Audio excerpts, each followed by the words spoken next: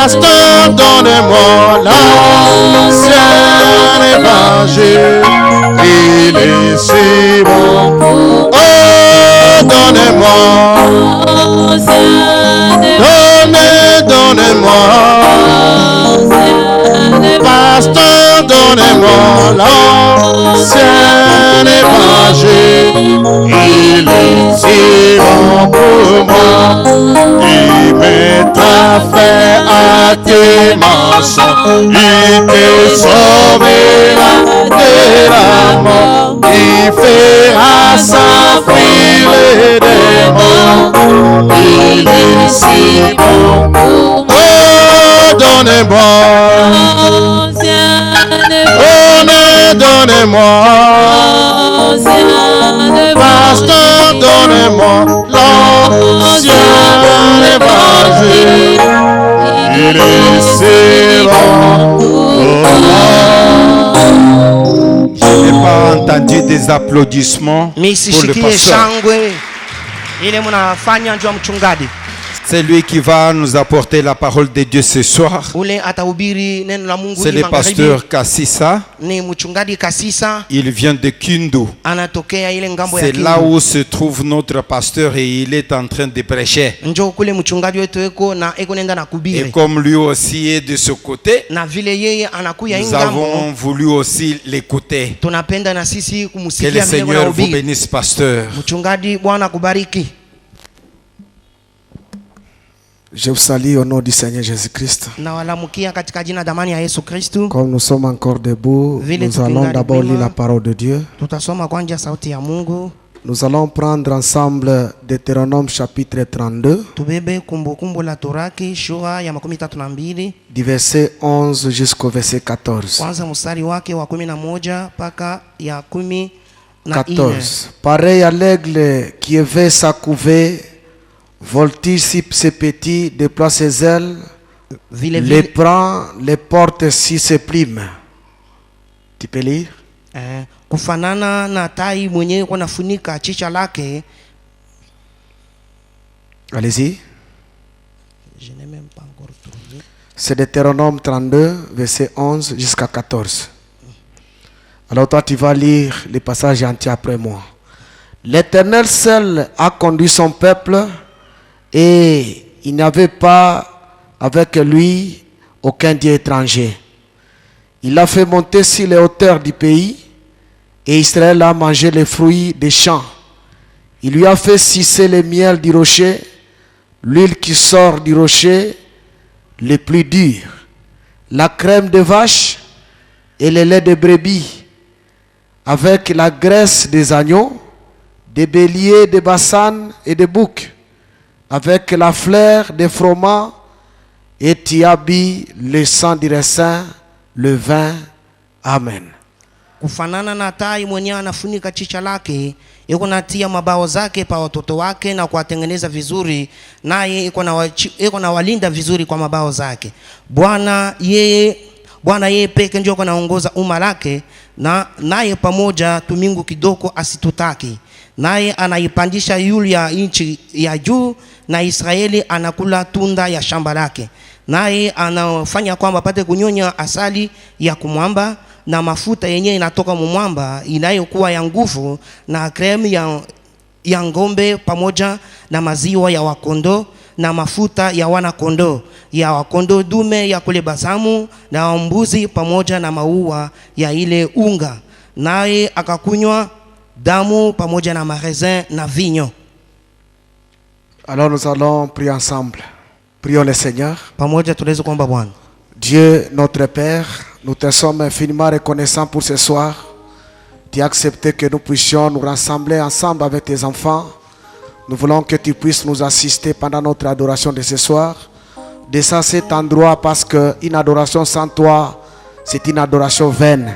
C'est ainsi nous sommes certains que nous ne sommes pas ici pour perdre notre temps, mais nous allons gagner le temps pendant que nous allons écouter ta parole. Alors nous avons besoin que tu descendes du ciel, que tu t'empares de la personne, que toi-même tu parles devant ton peuple. Ainsi nous brisons de cet endroit tout mauvais esprit qui ne confesse pas de Jésus. Puisses-tu être avec nous du début jusqu'à la fin de cette adoration. Dans le précieux nom du Seigneur Jésus-Christ, nous t'avons ainsi prié. Amen.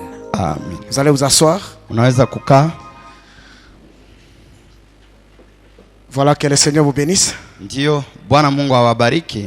Je vous salue au nom du Seigneur Jésus-Christ. Na wasalimu katika jina la Bwana wetu Yesu Kristo. Je vois que vous êtes trop fatigué, vous avez beaucoup travaillé aujourd'hui. Naona kwamba mnachoka sana, mnatumika mingi. Êtes-vous fatigué? Eti mmechoka? Ah, j'ai vu les mains levées, je ne sais pas si c'est oui ou non. Mikono inainuliwa sijue kama. Êtes-vous fatigué? Mnachoka? Même les noms là témoignent que vous êtes fatigué. Hata kukana kwenu kunaonesha ya kwamba mmechoka. Bon, souvent c'est l'attitude des enfants si leur papa n'est pas là, peut-être. Mara ni hali ya watoto kama baba zao hana hapo. Je m'appelle je suis votre bien-aimé, le pasteur Kasisa Asani. Niko mpendwa wenu mchungaji Kasisa Asani. Je suis le fils propre du pasteur Amisi Mwanangoi. Niko mwana alali wa mchungaji pastori Amisi Mwanangoi. Mtoto wake kabisa. On était venus ensemble avec lui tulikujaka pamoja naye pour la dédicace du Lys Tabernacle. Juu ya kutolea kwa Lys Maskani. Mais moi je faisais un peu une curiosité. Lakini mimi nilikuwa nikishangaa. Parce que je n'ai jamais été au Katanga. Kwani tangu mimi kuzalika sijafikaka huko kwenye jimbo la Katanga hapana. C'est pourquoi j'ai dit au pasteur qu'on se sépare un peu avec lui. Na njoo kwa maana nilimwambia mchungaji kwamba tuachane mbele, wewe utangulie mimi nabaki. Lui a été rentré depuis le 19. Yeye tangia tarehe 19 alirudi. Et moi je suis resté là dans le travail de Dieu. Nami nilibaki hapa nikitumikia Mungu. Dieu m'avait donné grâce. Mungu alinikabidhi neema. Ma première semaine depuis que je suis resté, j'étais à Likasi, j'ai fait une semaine. Juma yangu ya kwanza tangu mimi kubaki nilipitisha kule Likasi. Dans Goshen Tabernacle du pasteur Shekina. Maskani kwa mchungaji Shekina. Et la semaine suivante, j'étais allé près de Kolwezi. Na juma ingine nilienda karibu na mji wa Kolwezi. Il y a une assemblée là-bas du pasteur Paul Miko. Kuna kusanyiko moja pale ya mchungaji Paul Miko. Et de là nous sommes rentrés encore dans son église de Lubumbashi, toujours Goël Tabernacle. Toka huko tukarudi hapa ku kanisa lake la hapa Lubumbashi Goël Maskani. Et la semaine qui vient de se terminer, j'étais à Kasumbalesa. Na juma hii inapita juma jana nilikupatikana kwenye Kasumbalesa. Chez le pasteur Samader. Wa mchungaji Samader.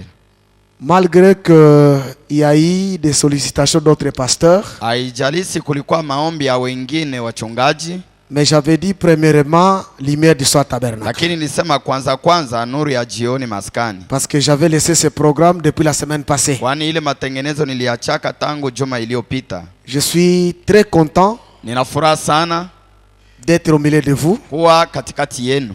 Ou d'être devant vous. Au kuwa tena mbele yenu. Et je remercie Dieu pour cette grâce. Na namshukuru Mungu kwa neema hii qu'il m'a accordé. Aliyenipa mimi. Afin que je puisse un peu parler devant le peuple de Dieu de Lubumbashi. Ili nipate kunena mbele ya taifa la Mungu hapa Lubumbashi. Dans la lumière du soir tabernacle. Zaidi katika nuru ya jioni maskani. Je connais bien votre pasteur. Hakika kweli namjua mzuri mchungaji wenu. J'ai été chez lui. Nilikuwa kwake. J'ai été reçu chez lui sans que lui le sache. Pasipo yeye kukuitika, pasipo yeye kujua. Mais moi je connaissais que je suis chez lui. Lakini mimi nilikuwa najua kwamba niko kwake. Je connais la maman qui est là, son épouse. Najua mama Rose mkewe. Elle nous a reçus 2 fois. Alitupokea mara mbili. Elle nous a restés chez elle à la maison. Alitupokea kwake nyumbani. Et nous a encore reçus chez le diacre. Na alitupokea tena kwa shemasi Yeremia. Donc je ne parais pas être étranger tout à fait devant vous. Ni kusema sionekanike kabisa kabisa kuwa mgeni mbele yenu. C'est pour cette raison j'ai eu ce privilège de pouvoir vous encadrer pendant cette semaine. Na njoo kwa maana nilipata ile fadhili ya kuhubiri kadiri ya hii juma. Et je suis en train de prier Dieu que ça soit ma dernière semaine à Lubumbashi pour que je rentre la semaine qui vient à Kinshasa. Na niko namuomba Mungu ili ikue juma yangu ya mwisho na mimi nipate kurudi kwangu Kindu. À Kindu, je suis le pasteur d'une assemblée, huko Kindu mimi ni mchungaji wa kusanyiko wa d'une kanisa assemblée moja, sœur à l'assemblée dont le pasteur Élisée est en train de prêcher maintenant. kusanyiko moja au makutano yenye iko na uaminifu moja moja na ile makutano ambamo mchungaji Elisa iko na ubiri. Donc là où il prêche maintenant, c'est notre assemblée mère. Ni kusema kule iko na ubiri ndio kule sisi tulizalika. Et moi je suis toujours en ville. Na mimi niko katika On hii était ensemble tauni. avec notre vieux qui venait de nous laisser. Tulikuwa pamoja na mzee wetu ambaye Et ametuacha. je suis le pasteur du coucher du soleil Na tabernacle. niko mchungaji wa maskani ya kwenye jua inatua. Et je pense qu'avant que le pasteur ne vienne ici, Na kabla mchungaji nous kurudi allons hapa, toujours lui demander qu'il aille même visiter notre assemblée là-bas. tutamuomba ende akatutembelee huko. Voilà, est-ce que vous êtes content que je vous parle un peu? Eti mna furaha sana ili nipate kuwazungumzia. Ok, comme nous venons de lire dans Deutéronome chapitre 32, Hivi tunatoka mkusoma katika kumbukumbu la Torati 32. j'aurai à parler devant vous pendant ces 3 jours. Mwii siku tatu nitasema mbele yenu.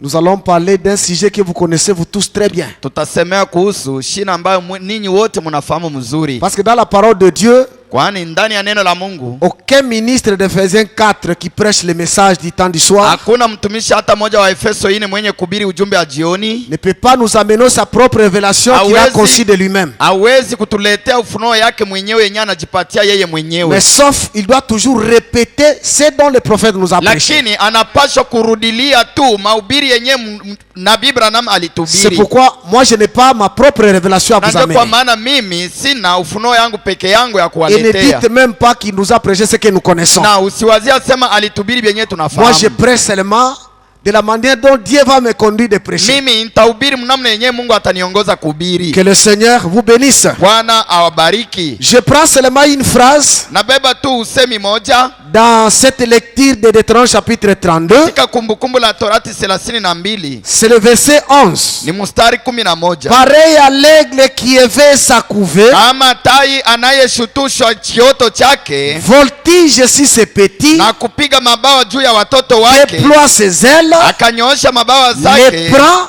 akawatwaa, les porte sur ses plumes. akawachukua juu ya mabawa zake. Et nous prenons Colossiens chapitre 3, Tunabeba Kolosai 3 les versets 1 à 2. 1 hadi 2.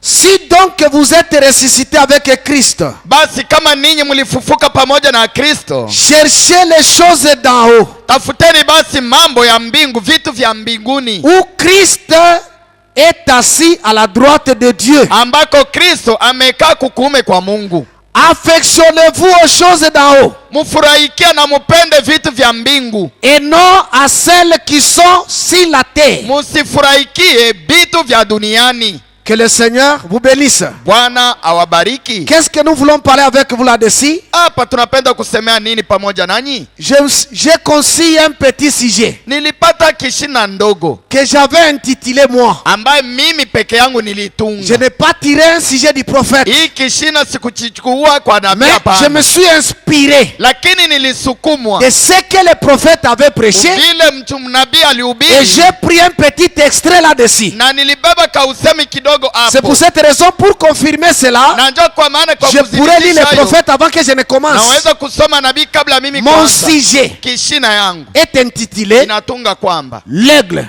tai, virgule, mkato, un oiseau ambitieux. ndege mwenye kuwa na vifukuzio vinene. D'ailleurs, je voulais que tout le monde soit là. Napenda kila mtu wote wakuwa Parce que ce hapa, que je vais parler ici, kwani bien je ne peux pas tasemea le hapa, reprendre le jour qui vient. tutaweza kuisemea tena siku ijayo. Nous parlons de l'aigle, Tunasemea kuhusu tai, un oiseau ndege ambitieux, mwenye kuwa na vifukuzio vya mbali, ou un oiseau qui a des ambitions. au ndege mwenye kuwa na vifukuzio. C'est la même chose. Ni kitu moja moja. Vous allez me poser la question, Pasteur Kassissa. Mutaniuliza mchungaji Kasisa, Pourquoi tu n'as pas prêché le sujet dont Branham avait prêché, juu ya nini haukubiri vishina vyenye Branham alihubiri, mais tu prends ton propre sujet? Pourquoi? lakini we mwenyewe unajipatia kishina juu ya Ce nini? n'est pas mauvais pour un prédicateur du message Si mubaya kwa mhubiri wa de ujumbe pouvoir intituler son propre sujet, ya kutunga kishina yake mais mwenyewe, à condition qu'il nous prêche pas ce que lui a conçu, lakini yeye asitubirie mais qu'il mawazo nous yake répète ce que mwenyewe, le prophète a dit. lakini ahubiri kila nabii alisema. C'est pourquoi je prends le message. Na ndio kwa maana achukua ujumbe.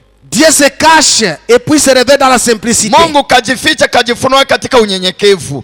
Je prends le paragraphe 105 Mstari 105 et 106. na 106. Écoutons ce que dit le prophète. Tumsikie nabii. Et donc, Basi ceci simplement un petit service. hii ni kazi ndogo tu. Cela va toutefois aller bien ensemble avec la chose. Hii itaenda pamoja na jambo yenyewe.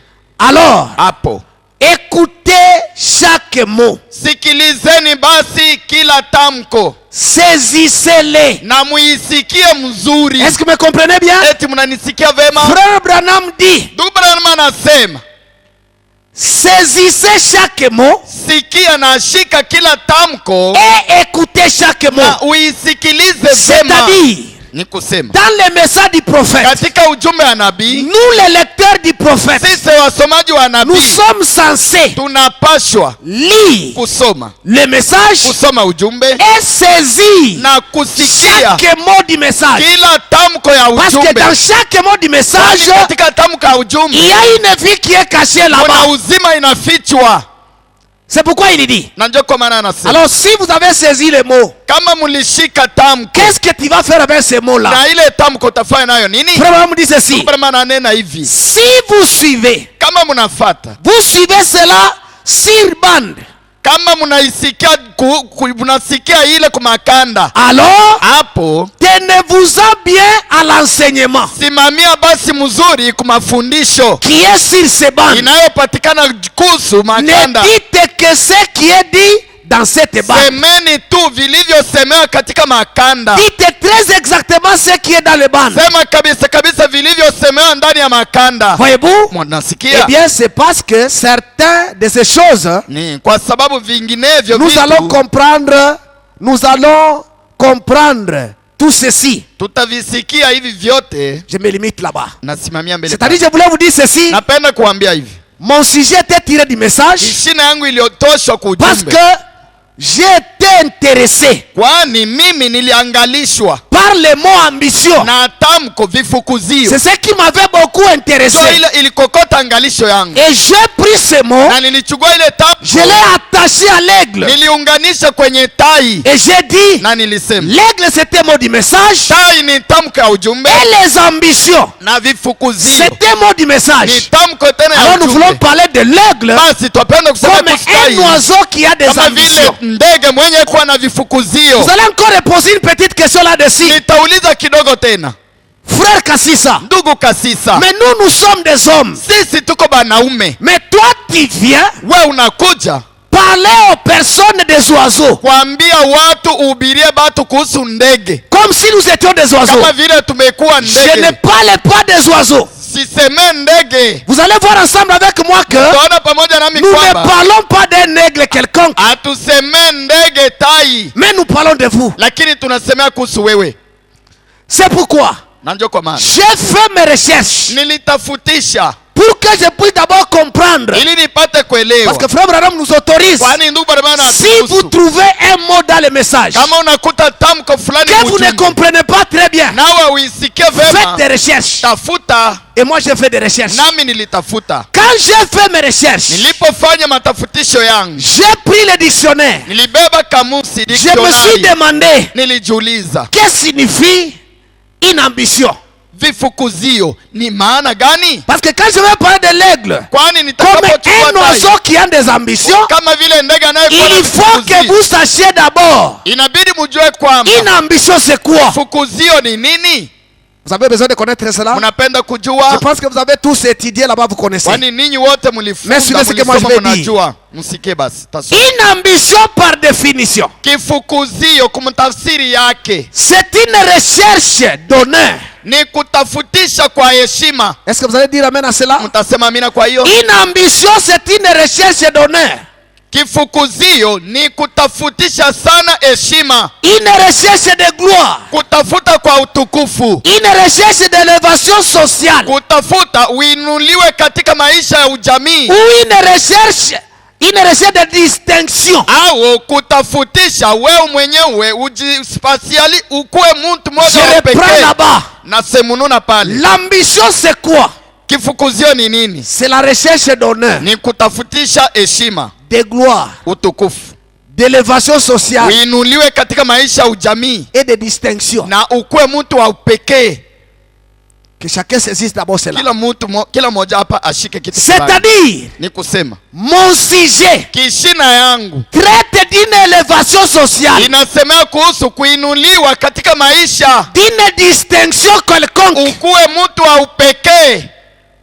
C'est ce dont j'ai besoin pour cette église. Ndio ile mimi nahitajia kuhusu kanisa C'est ce hili. que j'ai besoin pour ce peuple. Ndio ile mimi napenda kwa kuhusu Et taifa hili. suivez-moi très bien. Na mnifuate. Quand j'aurai parlé de l'église, Nitakaposemea kuhusu je ne kanisa, parle pas de ces bâtiments, nisemee majengo mais je haya. parle de toi en tant qu'individu. Nasemea wewe kama vile mtu. Et quand j'aurai parlé de l'aigle, Nitakaposemea je ne tai, parle pas du prophète, sisemee nabii. je vais parler du croyant. Nasemea kuhusu Un mwaminifu. croyant dans la parole de Dieu, Mwaminifu ndani ya neno la Mungu. il pense que Anawaza kwa quand il croit à la parole, kuamini neno. c'est ça la fin. Jo mwisho. Non. Hapana. En croyant la parole, Kuamini neno. nous devons aussi avoir des ambitions. Tunapaswa kuwa na Nous vifukuzio. devons penser à être élevés. Tunapaswa kuwazia Nous kuinuliwa devons juu. avoir des distinctions Tunapaswa kuwa sociales. watu wa Parce que upekee. nous sommes les fils Kwani du roi. tuko wana wa mfalme.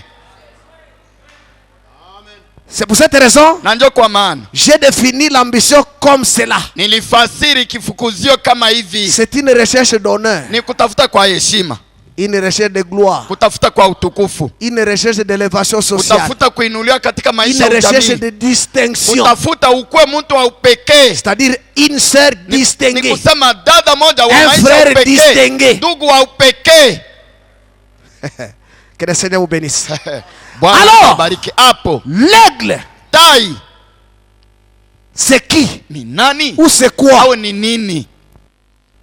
Selon ma définition ici, Kufatana mafasiri yangu hapa, j'ai lu le dictionnaire me dit, oh nilisoma l'aigle est ceci, l'aigle est cela. kamusi kuniambia oh, tai ni hii, tai ni hivi. Mais après on m'a dit, Kisha baliniambia au sens figuré, mutamko ingine, mumafasiri aigle. ingine, tai c'est un homme de génie mutu wakili sana, qui a un esprit mwenye eko na roho ou un talent supérieur. au taaluma ya juu sana. Dites amen à cela. Semeni amina kwa hiyo. Un aigle, Tai c'est un homme de génie ni mutu wakili sana, qui a un esprit mwenye eko na ou roho un talent supérieur. au taaluma ya juu sana. Amen, amen, amen. Amina, amina. Écoutez-moi très bien, frère. Sikilizeni vema ndugu. Quand nous aurons parlé sur cela, Tutakaposemea vous kuhusu allez haya, trouver que réellement vous êtes un aigle. mutakuta ya kwamba kabisa ninyi ni tai. Tu dois avoir un esprit. Wewe ni tai ambaye unapaswa kuwa na roho. Tu dois être un homme de génie. Unapaswa kuwa mtu wa akili Tu sana. dois avoir un talent supérieur. Unapaswa kuwa na taaluma ya juu C'est sana. pourquoi depuis que tu as écrit le message, Ndio kama tangu wewe kuamini ujumbe, même ta manière de parler dans ta famille, hata namna yako ya kusoma mjamaa, beaucoup de gens ont des considérations sur toi. wengi banakuheshimiaka mjamaa Parce que yako, ton esprit, kwani roho yako, ton talent taaluma yako devient différent inakuwa tofauti de ceux de sa famille. ya wengine wa À mjamaa. partir de là, Tokea hapo tu as déjà trouvé une élévation sociale. kuisha inuliwa mjamaa yenu. Que le Seigneur vous bénisse. Bwana abariki. Et c'est pour cette raison, Na ndio kwa maana nous allons lire les prophètes un peu. tutamsoma nabii kidogo. Aimez-vous les prophètes? Mnampenda nabii? Écoutons ce que le prophète nous dit. Msikie kile nabii Je lis anatuambia. le message dans le son confus. Nasoma katika ujumbe sauti ya kulabudisha. Un message prêché le 30 juillet Alihubiri 55. tarehe 30 Julai mwaka 55. C'est la signe moja. Ni 31. 31. Ok. Paragraphe 50. Mstari 50. From dit ceci. Ndugu Brahma anasema hivi. J'espère que Natumaini kwamba Dieu m'aidera aujourd'hui Mungu atanisaidia leo à vous transmettre quelque chose ili niwapashie kitu fulani qui ferait que vous compreniez itafaa ya kwamba mpate kuelewa ce que vous devrez être. kile mnapaswa kuwa. et ce que vous devriez être. na kile mungeliweza kuwa. Et en vous disant cela, Na mkuambia hivi, cela me fera aussi comprendre ile itanisaidia mimi pia nielewi ce que je dois être, kile mimi Branham napaswa que je kuwa, dois être un homme meilleur ya kwamba napaswa kuwa mwanaume mzuri sana que ce que je suis, na kupita vile niko leo, et meilleur mzuri que ce que j'étais. kupita vile nilivyokuwa. Amen, amen. Amina, amina. Voilà l'objectif de ma prédication. Oneni kifukuzia mahubiri Ma yangu. prédication a comme objectif Mahubiri yangu ina kifukuzio de vous faire comprendre ya kukusikilizisha ce que vous devriez être, kile wewe unapaswa kuwa, différemment de ce que tu étais. kuachana tofauti na vile ulivyokuwa. Suis-moi bien. Unifuate Et vema. chaque jour Na kila siku que je monte un peu plus haut yenye mimi napanda kabisa juu et me rapproche un peu plus de Christ, na namkaribia zaidi sana Kristu, c'est la raison pour laquelle, na njo kwa maana c'est la raison de notre présence ici. njo kwa maana sisi tuko hapa. Ici, frère, me dit ce matin, nous disons ce soir, Ndugu Branham anasema njo kwa maana tuko hapa asubuhi ya leo, lakini huku kwetu ni kumagharibi. dans la sincérité et l'intégrité de nos cœurs. Tuko hapa katika unyofu wa moyo na kunyoloka Dans mon cœur ici, moyoni mwangu hapa. j'avais posé la question à Dieu. Nilimuuliza Mungu, Que dois-je parler Bwana, à tes enfants nihubiri nini kwa dans la watoto lumière yangu? du soir tabernacle? Katika nuru ya jioni maskani. J'ai vu que sa volonté Niliona kwamba et que je mapenzi parle ya d'abord de ceci. niseme hii. Maintenant, mon objectif en parlant de ceci, Kifukuzio yangu, lengo yangu ni je hii. voulais vous faire comprendre Napenda niwasikilizishe ce que vous devriez être kile mungeliweza kuwa par rapport à ce que vous étiez.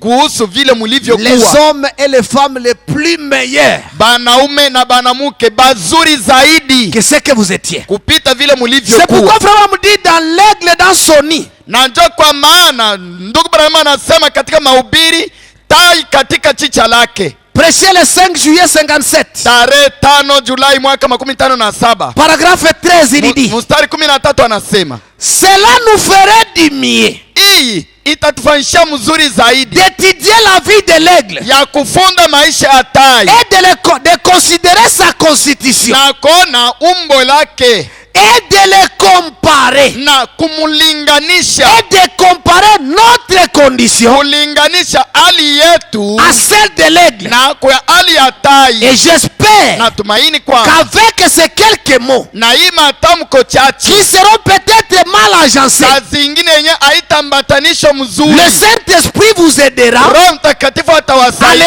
rassembler upate et à kuyakusanyisha comprendre na kuelewa ce que je vais kile dire mimi par là. napenda kusema kuhusu ile. Est-ce que vous me comprenez bien? Eti mnanisikia Je mzuri? suis certain que Nahakikishwa kwamba peut-être je ne serai pas à mesure labda sitakuwa mkiwango de ya vous faire comprendre ce que je vais dire ici. kuwasikilizisha vyenye napenda Mais le kusema travail hapa, du Saint-Esprit, lakini kazi ya Roho quand il y a la Mtakatifu parole qui est posée, wakati neno il vous inahubiriwa, fera comprendre de quoi je vais parler. Roho Mtakatifu atawasikilizisha vyenye mimi Mais moi, napenda mon kusema. ambition ici Na kifukuzio est wangu de ni dire à cette église kuambia kwenye kanisa que hii vous êtes des aigles. ya kwamba ninyi ni Et tai, quand vous êtes des na aigles, wakati mko tai ayez en vous des ambitions. mkuwe ndani mwenu na vifukuzio. Et les ambitions, Vifukuzio ce n'est pas les ambitions des hommes de la terre. haina vifukuzio batu ya Les mdunia, ambitions terre à terre, non. vifukuzio vya chini Les chini, ambitions plus lakini élevées. vifukuzio ya juu sana.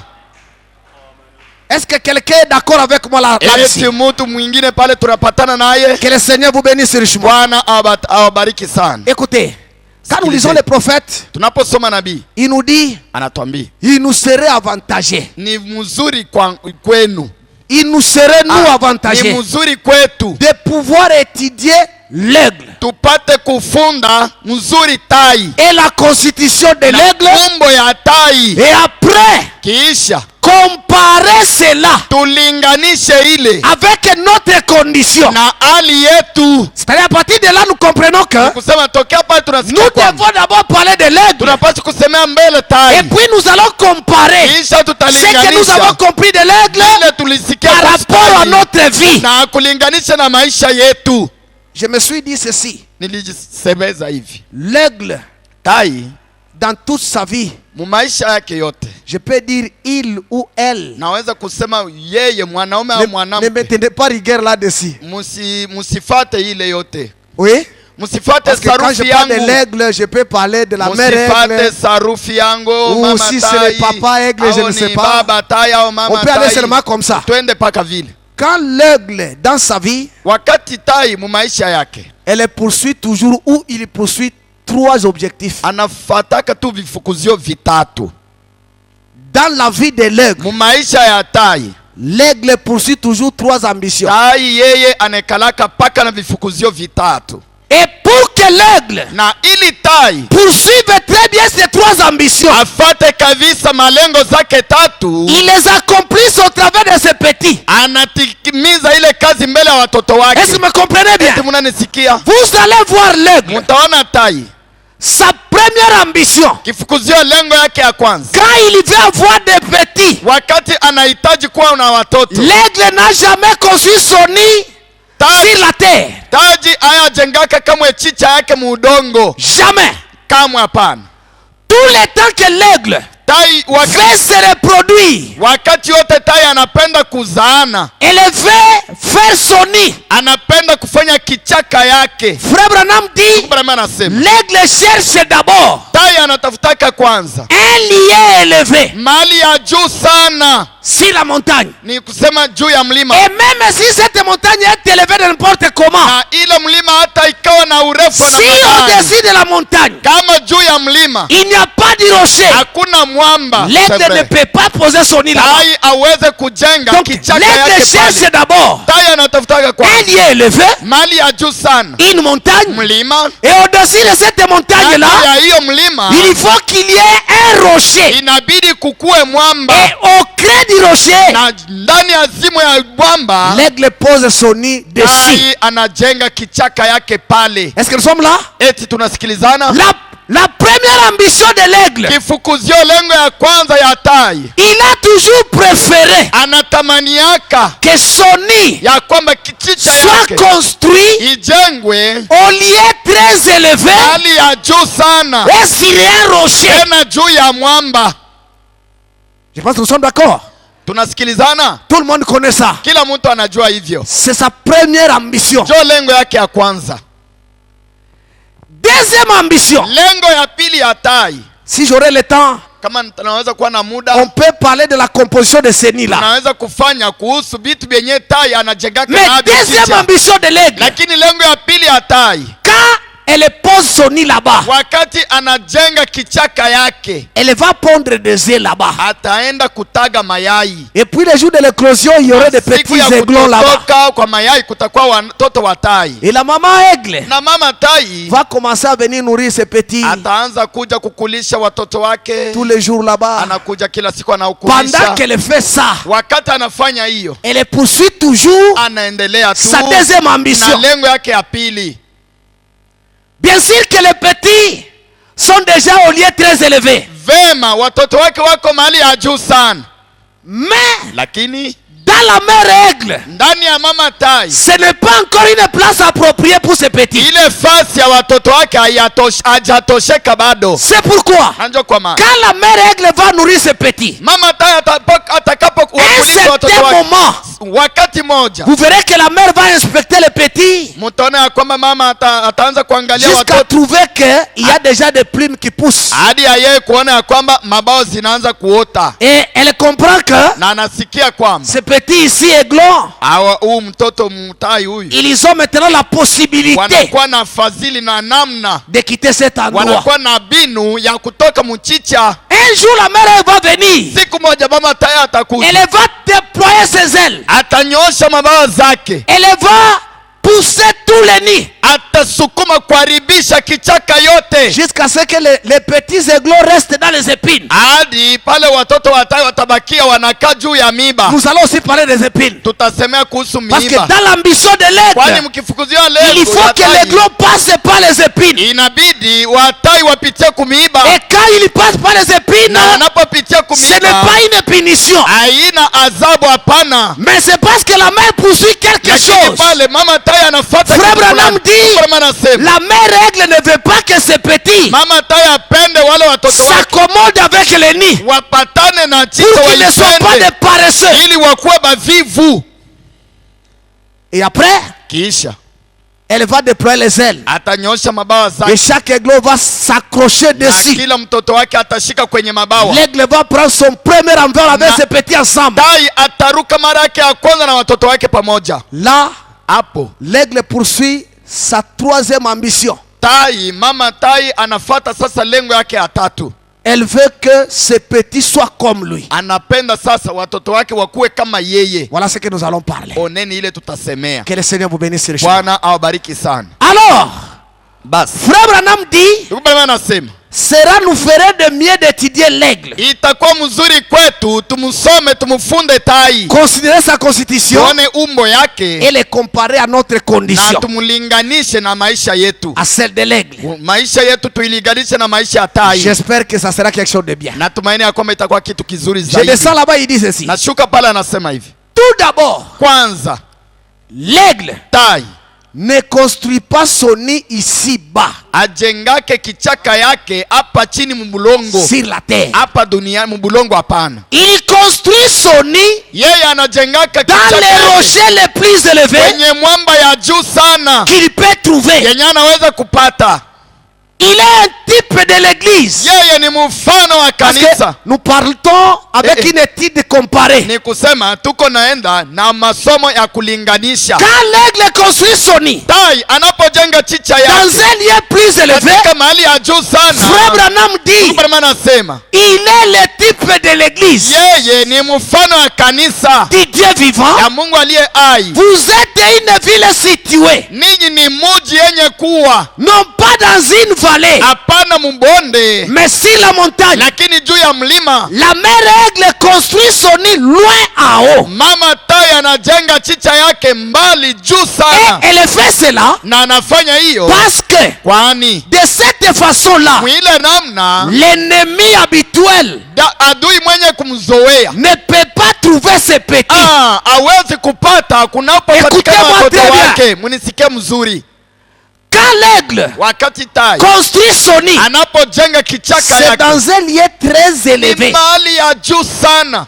Pourquoi Juu ya nini? seulement là-bas? Juu ya nini paka kule juu? Frère Branham a une réponse, il dit, Ndugu Branham analeta jibu, anasema le fait que l'aigle pose son nid là-bas, vile tai anawekaka chicha yake kule juu sana, il ne veut pas ni kusema hapendake que ses ennemis habituels ya kwamba wale wadui wake wa kila puissent siku atteindre ses petits. wafike kwenye watoto wake. Est-ce que vous me comprenez bien? Eti mnanisikia mzuri? Jésus-Christ, notre Yesu mère aigle, Kristo mama tai wetu quand il a prêché, alipohubiri il nous a dit, alitueleza, vous, ninyi vous êtes les sel de ce monde. ninyi ni chumvi ya dunia hii, Vous êtes une ville ninyi ni qui muji est située au-dessus de la yenye montagne. inapatikana juu ya mlima. Ni C'est-à-dire, kusema votre ennemi habituel adui wako wa siku ne zote peut pas vous atteindre hawezi kukupata si vous devenez réellement l'église du Dieu vivant. kama kabisa wewe ni kanisa Mungu aliye Est-ce que vous hai. comprenez bien? Eti mnanisikia vema? Parce qu'aujourd'hui, Kwani leo il y a des croyants kuna waaminifu qui mènent une confusion wenyewe wako na uvurugo dans leur vie. katika maisha yabo. Vous ne connaissez pas les distinguer des païens. Haujui asema mtafutisha na Quand mpagani. il parle, Anaposema, il n'est pas différent des païens. Yesu tofauti na Quand il mpagani. agit, ce n'est Anapotenda pas différent des si païens. tofauti na mpagani. Celui-là n'est pas encore devenu l'église. Yule hajakuwa bado kanisa, Parce que l'aigle kwani tai met son nid au-dessus. anajengaka chicha yake Et kichaka quand nous nous yake venons juu. à Christ, Na tunapokuja kwa Kristo nous avons été séparés du monde. ni kusema tuliachanishwa na dunia, Nous montons plus haut. tunapanda juu sana. Le monde commence à rester assis, donc en bas d'un enfant de Dieu. Dunia inabaki chini Ce chini que le sana monde ya peut watoto wa faire Mungu. aujourd'hui, Kile unaweza kufanya leo, un vrai aigle ne peut plus le faire. tai wa kweli hawezi Parce kuifanya, qu'il est une ville kwani yeye ni muji qui est construite yenye inajengwa au-dessus d'une montagne. juu ya mlima. Peut-être que beaucoup de gens passent directement cette écriture. Saa zingine bengine manawazia hii andiko. C'est pourquoi Jésus, quand il a parlé, il dit Na ndio kwa maana wakati Yesu alisema que votre lumière luise ya kwamba nuru yenu na iangaze ainsi devant les hommes. iangazie watu wote. Aujourd'hui, Leo beaucoup de gens watu wengi sont devenus seulement les membres de l'église, wamekuwa tu washiriki wa mais makanisa. ils ne sont plus les défenseurs de la parole de Dieu. Wao hawatetei tena sauti Là ya où il Mungu. vit, il n'y a pas de lumière. Pale penye iko naishi hakuna nuru. Là, tu n'es pas un aigle. Pale wewe si tai. Écoutez-moi très bien. Unisikie Ce mzuri. n'est pas encore ça notre sujet. Haiyakuwa kishina yetu bado. Il dit, Anasema vous êtes une ville située au-dessus d'une montagne. ninyi ni mji yenye kujengwa juu ya mlima, Et na de cette façon-là, mwile namna l'ennemi habituel ne peut pas atteindre ou trouver ses petits.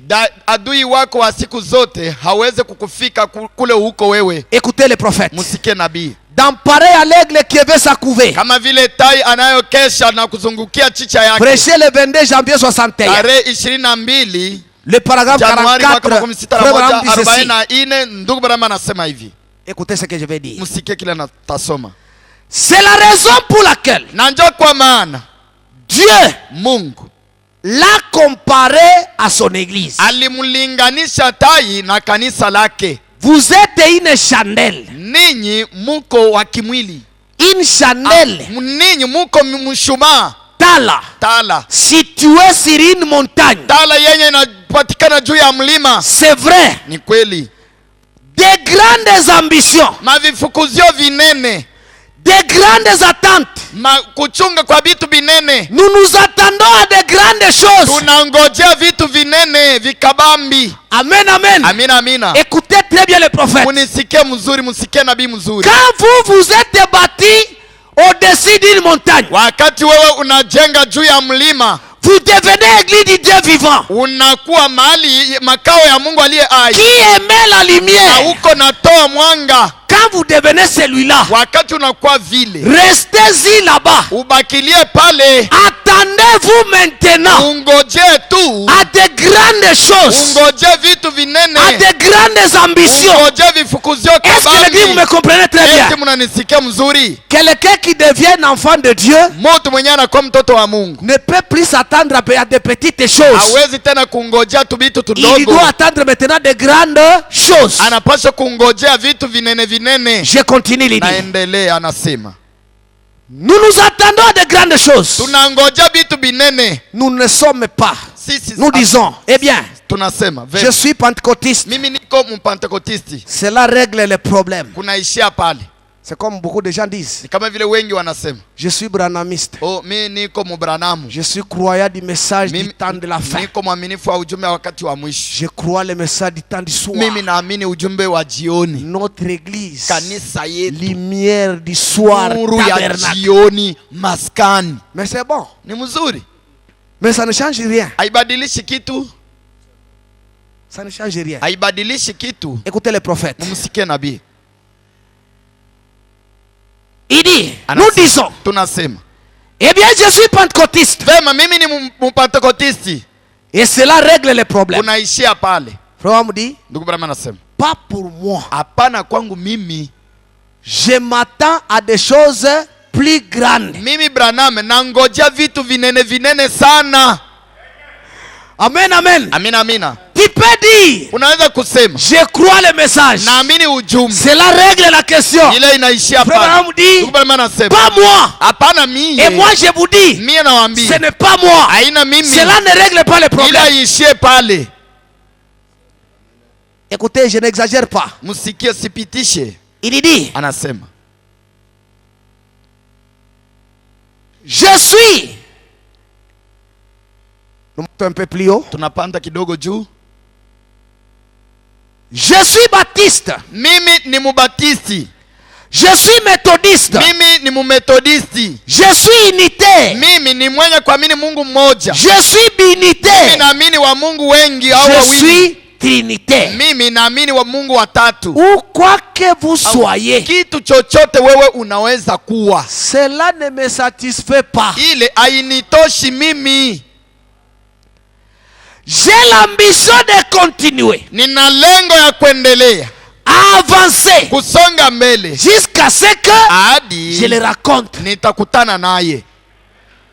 Tu peux dire que tu crois le message, Unaweza kusema unaamini ujumbe, mais tu n'as jamais rencontré Christ. lakini haujakutanaga na Kristo. C'est pourquoi dire que tu crois le message, Ndio kwa maana kusema unaamini ça ne ujumbe suffit pas. haitoshe. Il faut avancer. Inabidi kusonga mbele. Il dit, Anasema plus haut, kusonga mbele, kupanda juu sana, plus haut, juu sana, plus haut, juu sana, plus haut, zaidi juu, plus haut. zaidi juu. Écoutez quelque chose qui peut vous achoper. Msikie kitu inaweza kukukwaza. Frère Abraham dit, Ndugu Branham anasema j'ai reçu le Saint-Esprit. nilipokea Roho Mtakatifu. Cela règle les problèmes. Ile inamaliza mambo. Frère Abraham dit, Ndugu Branham anasema cela ne l'a pas réglé pour moi. Kama wewe ulitosheka vile ulipokea Roho Mtakatifu, kwangu mimi Branham sitosheke. Priez d'abord amen. Semeni amina. Encore amen. Tena amina. Frère Branham dit, nakwambia, tu peux dire, unaweza kusema j'ai reçu le Saint-Esprit nimempokea Roho Mtakatifu et cela règle les na problèmes. ile inatosha. Mais ici Branham dit, Hapa Branham anasema cela ne règle pas pour moi. kwangu mie kupokea Roho Mtakatifu haitoshe. C'est-à-dire, Ni kusema ce dont je vais parler à cette église tambia hii kanisa est un peu différent du Saint-Esprit. inaachana na Roho Mtakatifu. Le Saint-Esprit c'est bien. Roho Mtakatifu ni mzuri, C'est pour notre salut. ni kujua wokovu C'est wetu, pour notre bien. ni jua wema Nous wetu. connaissons que là, si tu reçois le Ile Saint-Esprit, tunajua ukipokea Roho Dieu Mtakatifu t'a déjà agréé. Mungu alishaukubali Mais kuimani ici, yako. ce n'est pas moi. Lakini hapa si Je mimi. pense qu'un frère avait dit il va projeter les citations. Naamini ya kwamba beko na tupo. Lisez seulement là-bas. Musome huku. Nous sommes dans pareil à l'aigle qui veut s'accouver. Tuko mahubiri kama vile tai mwenye kukesha juu ya chicha yake. Prêcher le 22 janvier 61. 22 Januari mwaka 61. Le paragraphe 44. Mstari 44. Là, nous sommes à sa troisième partie. Ale tuko msemo yake ya tatu. Allons ensemble avec vous. Tusome pamoja. J'ai reçu le Saint-Esprit. Nilipokea Roho Mtakatifu. Il y a un point là-bas, n'est-ce pas? Kuna nukta pale, Okay. sivyo? Tuko na Cela règle les problèmes. Point et on ferme les guillemets. Bana nukta na banafunga magiemi.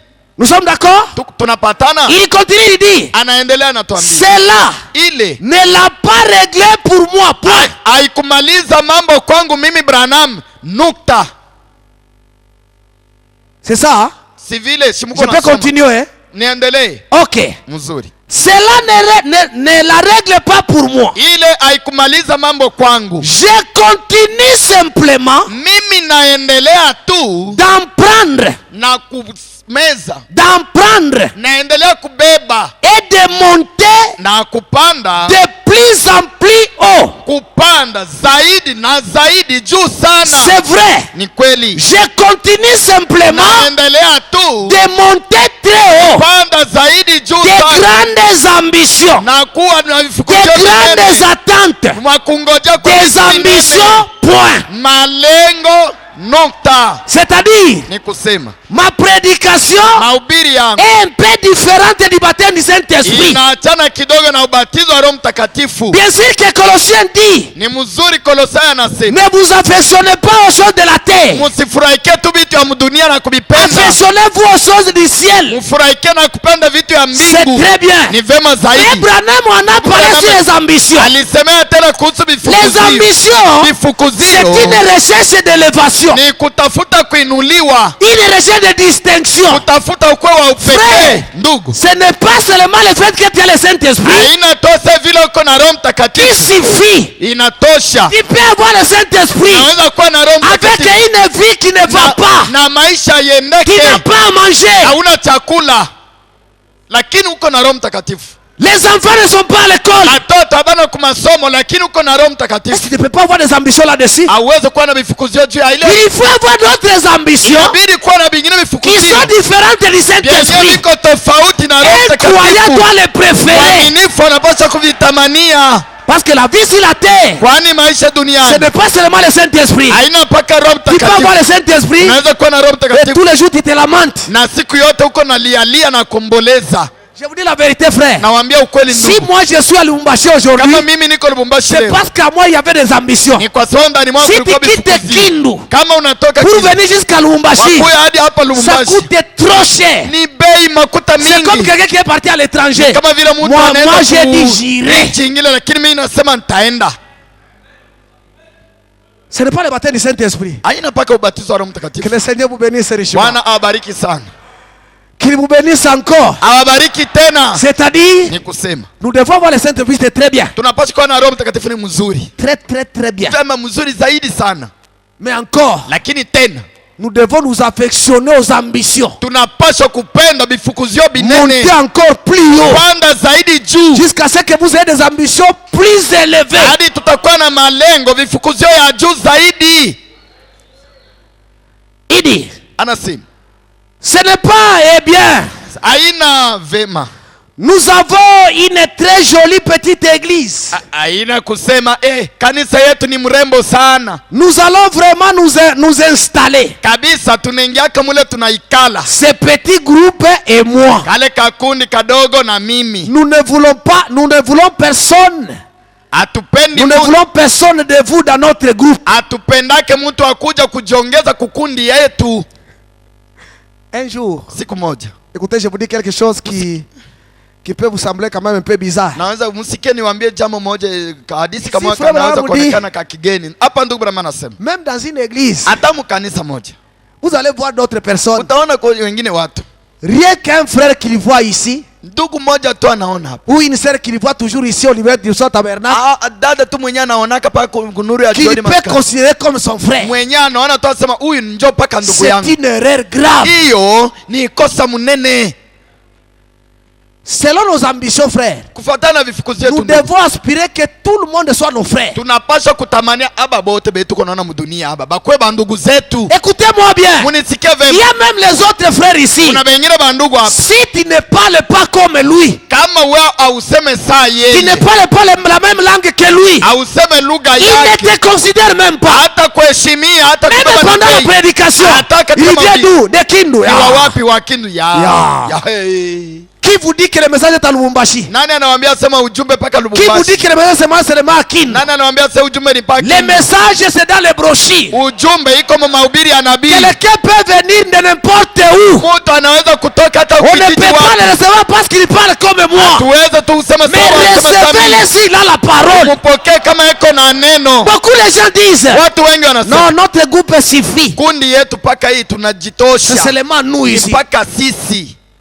Et c'est pourquoi aujourd'hui nous avons des églises de Bakassai, Leo tuko na de makanisa, Baluba, de Baluba ceci, de Katanga, cela. Baluba C'est Kasai. une erreur grave. Hii ni kosa munene. Il n'y a pas un ciel pour les Baswahili. Hakuna mbingu ya Il n'y en a Baswahili. pas. Haina hako.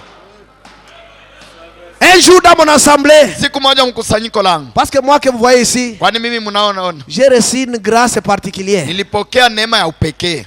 Ma première expérience Onje yangu ya kwanza de la prédication, ya mahubiri. j'avais baptisé 3 personnes. Nilibatiza watu watatu. Parmi ces 3 personnes, Katikati ya wale watatu, 2 wawili étaient des militaires walikuwa waskari et une c'est une civile mais la femme d'un militaire. na moja ni raia lakini mke wa askari. Voilà là où mon travail a commencé. Ona pale kazi yangu ilianzia na J'avais baskari. une église, j'ai une église qui a commencé par les militaires. Nilikuwa au niko na kanisa yenyewe ilianza na waaskari. C'est pourquoi si j'ai sauté ici, Njoo kwa ne me maana tenez pas rigueur. nikiruka hapa msiniangalie. Parce que si tabia je ya ressemble à kiaskari. mes brebis, ce n'est pas un problème. Sababu kufanana na bakondo baskari si mambo. Alors, Na hapo un jour, siku moja pendant que j'allais dans l'église là-bas, wakati nilikuwa naenda kwenye kanisa, il y avait une femme d'un militaire kulikuwa mwanamke mmoja wa askari. qui était une grande dérangeuse dans le camp militaire. Alikuwa wa mvurugo sana mkambi wa askari. Maintenant, elle avait proposé, Hapo alitamania pendant qu'elle parlait avec d'autres sœurs à la wakati maison, alikuwa anazungumza na wengine wadada nyumbani. losambo na bino wana Hii kule kanisa yenu hili nalingaka ngo mingi naipendaka sana ile kanisa. ngape Mie il pia faut na koma sœur. inabidi nikuwe dada yenu. Les sœurs sont venues me voir. Badada balikuja kuniona. Il dit, pasteur, Mchungaji, on dit maté. usikatali. Hein? Qu'on dit maté mutuwana. Hapana kukubali Azama ule mupulu makasi. kusema iko na Akobebe salosambo na biso. penda kataribisha kanisa yetu. Regarde ces gens ici. Angalia hao watu hawa. Qui vous dit que celui qui parle à l'église c'est celui qui est sauvé? Nani anakuambia sema ule mwe kwenda kanisa nyomo? Ici on n'a pas seulement besoin de saints. Hapa tupendai tu. Nous avons besoin de perdus, Tunahitaji de péchés. watenda dhambi. Et le miracle, Na miujiza. c'est quand Dieu prend une personne pareille, il les change et il devient vrai croyant. Kwa mwaminifu wa kweli. C'est pour cette raison, Na ndio kwa maana quand vous avez des ambitions, wakati uko na n'ayez pas de limites. hapana kuwa na mipaka. N'ayez pas de limites, frère. Usiwe na mipaka ndugu. Excusez-moi, je ne parle pas avec vous. Siseme nanyi. Nous sortons seulement comme ça. Tunatoka hivi. Zambia kubanishi. Zambia kubeneshi. Bon, mishi yue Zambia kubanishi na nyamaza. Mungu akubariki. Ingine siku unaanza kunipitililia tu. Nani anakuambia sema wokovu ni Zambia kubanishi? Qui t'a dit que le salut c'est seulement Zambia kubeneshi? Je ne parle pas avec vous. Mishi sema na mwei. Excusez-moi. Munirumi. Mais je parlais seulement du message. Lakini nasema kuhusu ujumbe. Frère Branham dit, Branham anasema, ce n'est pas et bien. Aina mzuri. Nous avons une très jolie petite église. Tuko na kanisa mzuri sana. Nous allons vraiment nous installer. Tunaendaka tunaikana. Ce petit groupe et moi. Na kakundi kadogo aka na mimi. Nous ne voulons personne atupendake mwingine de vous mtu. dans notre groupe. Atupendai mwingine mtu wa kukundi yenu akuje Écoutez, kwetu. votre messager dit ceci. Musikie mjumbe wenu anasema hivi. Pas moi. Mimi sipishina vile. Je voudrais tendre mes mains. Mimi napenda kunyoosha mikono yangu. À tous les credos. Kwa maaminifu yote. Plutôt faire entrer quelqu'un. Tena mimi napenda kuingiza mtu yeyote. Là il y a un point. Nukta. Les ambitions. Vifukuzio. Faire quelque chose. Kufanya kitu fulani. Les attentes d'un homme. Kungojea kwa mtu. Qui a déjà marché dans la vérité. Mwenye amekwisha tembea katika ukweli. Pour voir la vérité. Ili aone ukweli. Quand il y a des ambitions. Wakati una vifukuzio. Et qu'une fois tu as déjà goûté la vérité. Na ulishaonja ukweli. Tu aspireras toujours. Utatamania kila siku. Que tout le monde. Ya kwamba. Soit vos frères. Kila mtu akue ndugu. Tout le monde. Kila mtu. Vos sœurs en Christ. Akue na Kristo. Pas de limite. Hakuna mipaka. Pas de microgroupe. Hakuna mangundi. Pas celui-ci de chez nous. Huyu wa kwetu kikabila. Parce que quand nous sommes appelés dans la parole, nous sommes tous des frères. Comme je suis là, je ne suis même pas froissé.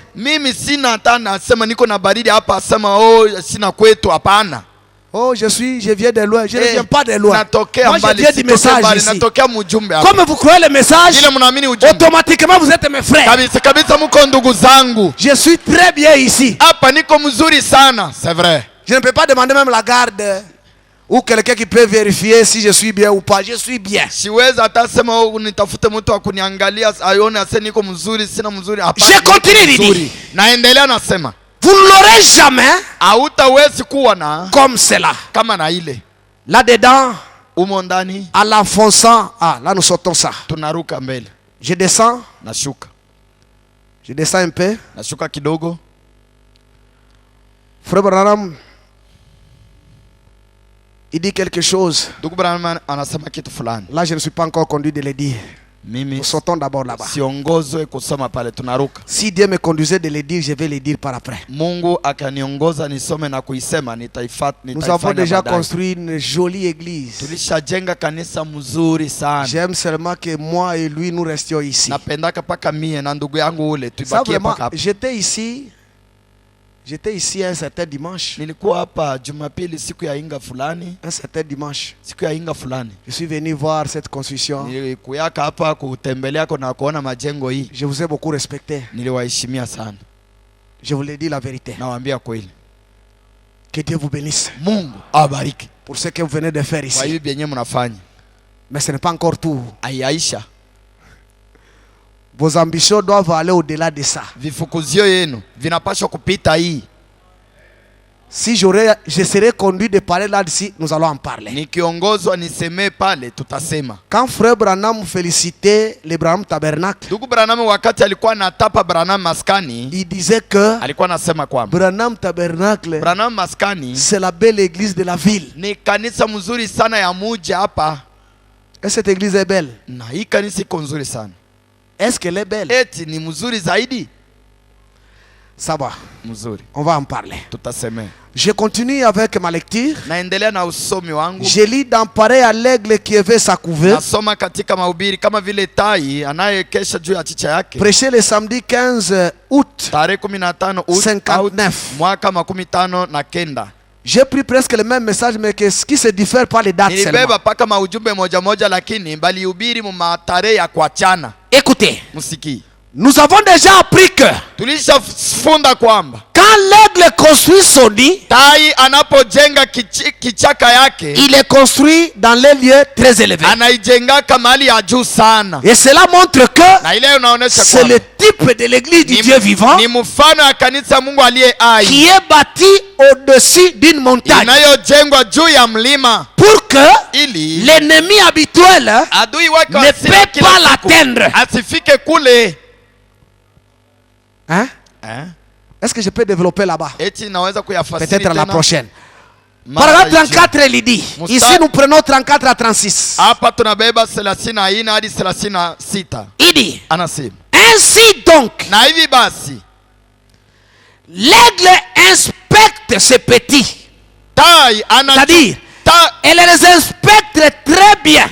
Tai anachunguza vizuri sana watoto wake jusqu'à ce que se dise hadi atajisemeza qu'ils ont assez de plumes. Aba batoto banaota mabawa. Alors là, hapo pale elle entre dans le nid, anaingia mchicha, et à l'aide de son gros bec, na kupitia mdomo wake mnene, elle retire la peau, anatosha ngozi de lapin ile ngozi ou la peau de mouton, ngozi ya sungura au ya mbuzi yenye aliweka kuchicha. Elle les jette dehors. Anatupa ile ngozi mbali. Et alors, kisha chaque fois que kila mara les aigles cherchent à s'asseoir, watoto wa tai wanatafuta kukaa ou à marcher, au watembe, ce sont des épines ni miba et des ronces. na mavisongoma. Qu'est-ce qui se passe-t-il? Nini inatendeka? Elle ne veut pas mama tai apendi qu'il s'accommode au nid. Mama tai asipende bazowe paka muile chicha. Écoutez, musike mzuri. Deuxième ambition de l'aigle, kifukuzio, lengo ya pili ya tai, quand les petits sont déjà dans le nid, watoto wa tai wanapopatikana ndani ya chicha, l'aigle inspecte tai, mama tai anawaangalia et trouve que ces petits ont des plumes, na anaona kwamba wameotesha mabawa, parce que pendant que l'aigle avait construit son nid, kwani wakati mama tai alijengaka chicha yake, elle commence anaanza d'abord anaanzaka na par les brindilles des arbres, anaanzaka mbele na tubipande twa miti, elle place là-bas, anatuweka pale. Après, kisha elle prend des épines, anaenda kutafuta miiba, elle met dessus, anaweka juu ya tubipande twa miti. Et puis, kisha elle prend la peau, anabeba ngozi, elle va tuer un animal, ataenda kuua, enlever la peau, ataua hata et venir sungura, placer la peau sur les hata épines. sungura, anatosha ngozi anaweka juu ya miiba. En dernier lieu, nafasi ya mwisho, elle se déploie un peu le duvet, kisha anatosha mabawa yake manyoa, elle met là-bas comme un matelas, anaweka pale, inakuwa kabisa ni gondoro. Mais le jour où lakini siku l'aigle trouve que ces petits ont déjà des plumes, tai anakuta kwamba watoto wake wamekuwa na mabawa, elle va d'abord retirer la peau, cha kwanza ni kukokota ngozi, le jette, anatupa. Et puis, kisha si elle voit que les divers sont là, kama anaona kwamba tule tumanyoa tu kingali pale, elle déploie les ailes, ananyosha mabawa, elle bat les ailes fortement, anapika mabawa na pour que nguvu, tous les divers s'en aillent là-bas. tumanyoa tote tutoke. Et frère Ram dit, là les petits sont en train de kilibiter, pale watoto wako naanguka na kujiviringisha. et après, kisha les petits restent dans les épines, watoto wanabakia wanakaa juu ya miiba. elle veut s'asseoir, anapenda kukaa, les épines, mwiba elle veut inamtoa, aller là-bas, anapenda les kwenda huko, épines. mwiba Je inamchoma. vais vous dire la signification de cela. Ndugu Branham, si utafasiri maana ya haya. Il dit, anasema c'est ce que Dieu fait pour son église. jo vivyo hivyo Mungu anafanyaka na kanisa lake. Vous allez dire amen à cela? Utasema amina. Kwa hiyo c'est ce que Dieu fait pour son église. vivyo hivyo Mungu anatendaka na kanisa lake. Il vous envoie des épreuves, Mungu anakutumia majaribu, des tribulations. anakutumia mateso.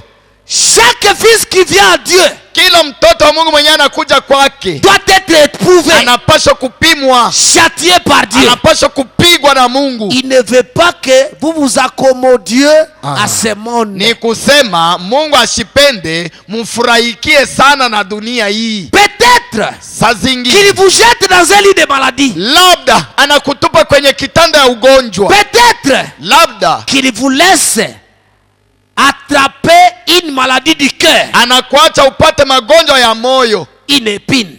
mwiba, Où que vous vous tourniez, au popote wewe utageukia il y a une épine. kuna mwiba. Les petits oiseaux Watoto wa ne ndege peuvent simplement pas supporter cela. hawezi kuvumilia hii miiba. Et parfois, Mara ils sont tout en ronce, wote en rogne. wote wanapatikana kwenye miiba, wanasongwa. Ils sont tous en rogne, c'est-à-dire banakwazika. Ni kusema banakwazika, ils sont achope. Car Kwani chaque fois qu'ils se mettent à s'accroupir, kila mara wanaanza sema waikale mule muchicha, une épine le pique. mwiba moja inamchoma. Écoutez, Msikii, quand Dieu wakati Mungu poursuit ses ambitions à son fils, anafuata vifukuzio yake na mtoto wake, les jours où on t'a prêché le message, siku yenyewe ulihubiriwa ujumbe, tu as trouvé que c'est succulent. wewe uliona kwamba iko butamu C'est sana, très ni bien. mzuri zaidi, C'est très bien. vema kabisa. Un autre jour, Ingine siku il faut que Dieu vienne. inabidi Mungu Quand aje. il va commencer à grandir dans le Wakati message, utaanza kukomea ndani ya ujumbe, il laisse d'abord une maladie anacha t'attraper. mbele magonjwa moja kukubamba, Qu'il voie d'abord. aone kwanza Est-ce que tu vas toujours apprécier ou pas? eti utafurahikia au hapana.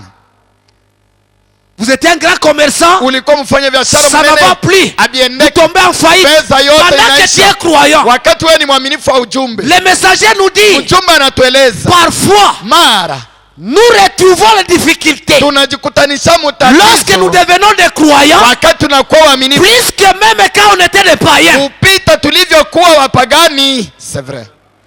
Et cela ne dit pas que Ila iseme kwa Dieu nous a déjà abandonnés. Mungu ametuacha. Non, non. Hapana, hapana. Dieu est toujours avec nous. Mungu yupo Mais pamoja il nasi, te fait passer d'abord par là, lakini anatupitisha kwanza comme pale un aigle kama vile qui tai a fait passer ses petits Oui. dans les ronces. mwenye alipitisha watoto wake kwenye miiba, Parce qu'il veut que kwani anapenda kwamba ces petits ne restent plus là-bas. watoto wake wasibakilie Ils paka doivent mule aller mchicha. quelque part. Wanapaswa kwenda fasi C'est fulani. pourquoi, ma soeur, Na ndio kwa maana dada, si tu vois les troubles kama unaona mivurugo dans ta vie, mu maisha yako spirituelle ou charnelle, ya kimwili au dis-toi ya que c'est là kitu, que Dieu est avec toi. sema ya kwamba ni Mungu yuko pamoja Il nawe, va te faire quitter là-bas ile unapaswa kutoka pale pour aller quelque part. uende fasi ingine, Parce que Dieu, kwani Mungu ce n'est pas seulement un Dieu de joie. haina paka Mungu amufuraha. Dieu ne nous a pas promis que nous ne tombions pas malades. Mungu asikutuahidi ya kwamba hatutagonjwa, hapana. Comprenez-moi bien. Munisikie Ça, mzuri, c'est la base de ma prédication. hii ndio msingi wa mahubiri yangu. Aucun de nous Hakuna moja wetu n'est immunisé contre la maladie. hawezi asema hawezi kukosa kugonjwa bongo. Oh frère, Oh ndugu, toi tu dis que dans les messages il y a la vérité, wewe tu continues à souffrir. ujumbe umuko ukweli unaendelea Qui te kuteswa. dit que quand tu crois le message tu ne peux pas tomber malade? Nani anakuambia sasa unapoamini ujumbe Et si hauwezi tu ne tombes kugonjwa? pas malade, Na kama ugonjwi, tu vas faire qu'un attribut de Dieu ne soit pas manifesté. utafanya ya kwamba Mungu akose kuwa munganga. Nous avons un Dieu guérisseur. Sisi tuko na Mungu Et mganga il guérit les malades. na anaponyaka Il a wagonjwa. fallu que toi tu tombes malade Inabidi et ugonjwe tu viens devant ce Dieu-là na ukuja et mbele ya il te Mungu guérit. mganga, yeye C'est là qu'on saura qu'il est akuponye. réellement un Pale Dieu yeye guérisseur. ni munganga kabisa. Et tout cela, Yote c'est la même règle ni mama qui tai te fait passer par les épines. jo anakupitisha kwenye miiba. Je continue, il dit. Naendelea, anasema Il dit ceci. anasema hivyo, Oui, ndio que où que vous vous tourniez, popote au fasi yote utageukia il y a une épine. kuna mwiba. Oh, Oh, tout celui qui a déjà eu une expérience de la nouvelle de la naissance yoyote mwenye aisha zalika en tant que nègre, kama vile tai, vous-même, we mwenyewe comme des aiglons de Jéhovah, kama vile watoto wa tai wa Jehova, vous savez de quoi je parle. munajua kenye mimi Branham nasemea. Il dit Anasema des épreuves et des tentations. vipimo na majaribu. Le Dieu Tout-Puissant Mungu Mwenyezi a amené son propre fils alileta mwanaye wa pekee dans le désert mujangwa, et il l'a lâché il a lâché le diable sur lui. na aliacha shetani juu yake. Assurément, Hakika kweli, chaque fils qui vient à Dieu kila mtoto mwenye anamkuja kwa Mungu doit être éprouvé et châtié par Dieu. anapaswa kupigwa na Des kupimwa na épreuves, Mungu, Des majaribu, tribulations, mauteso, faites une banqueroute. kupoteza makuta, Tout va mal. vyote vinaendeka mbaya, Faire faillir, kushindwa, perdre. kupoteza franga, Vos amis vous quittent. marafiki banakuacha, Une épine ici, mwiba hapa, une épine là. mwiba ingine pale. Souvenez-vous donc, Kumbuka basi, Dieu vous soumet à un test. Mungu eko na kuweka kukipimo. Dieu va faire quelque chose pour vous. Mungu anataka kufanya kitu fulani juu yako. Amen, amen. Amin, amin. Quand nous passons là-bas, Tunapopitia mu c'est mateso, Dieu qui nous soumet à un test. ni Mungu anatupima. Comme la mère Aigle Kama vile mama soumet Taji ses petits à un test. anaweka watoto yake kubipimo, Mais lakini derrière cela, nyuma ya bipimo Dieu veut faire quelque chose Mungu pour anapenda vous. kufanya kitu fulani juu yako.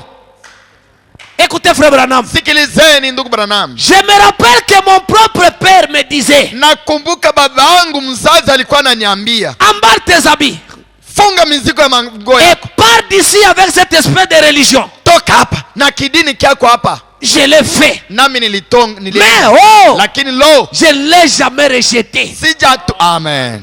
Amen, amen. Hata vile baba yangu alinifukuza, Écoutez. sio mtupaka. Frère Branham qui est notre prophète. Ndugu Branham nabii Il y a wetu. beaucoup de gens qui disent, Kuna wengi je ne wanasema viens plus à l'église parce que mon mari a refusé. siku yake kanisa Je bwana ne wangu viens plus parce anakatala. que mon papa a Siku refusé. yake tena kanisa baba Frère yangu Branham. anakatalia. Ndugu Branham Quand il a embrassé cette religion ici, alipokubali hii dini, son propre père baba yake lui mzazi dit, anamwambia, emballe tes habits, funga mizigo yako, quitte ici, toka hapa pars. kwangu uende. Frère Branham dit, Ndugu Branham j'ai anamsema, emballé mes habits, nilifunga mango yangu je suis parti, na nilienda, mais je ne l'ai jamais rejeté. lakini si mtupaka.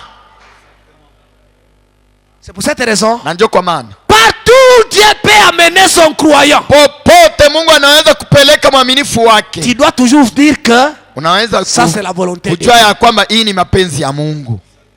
Parce que le prophète dit, Kwa nini nabii anasema? il y a des fois, Kuna mara toi tu peux croire à un Dieu que tu n'as jamais vu. wewe unaweza kuaminia Mungu mwenyewe hujaonaka.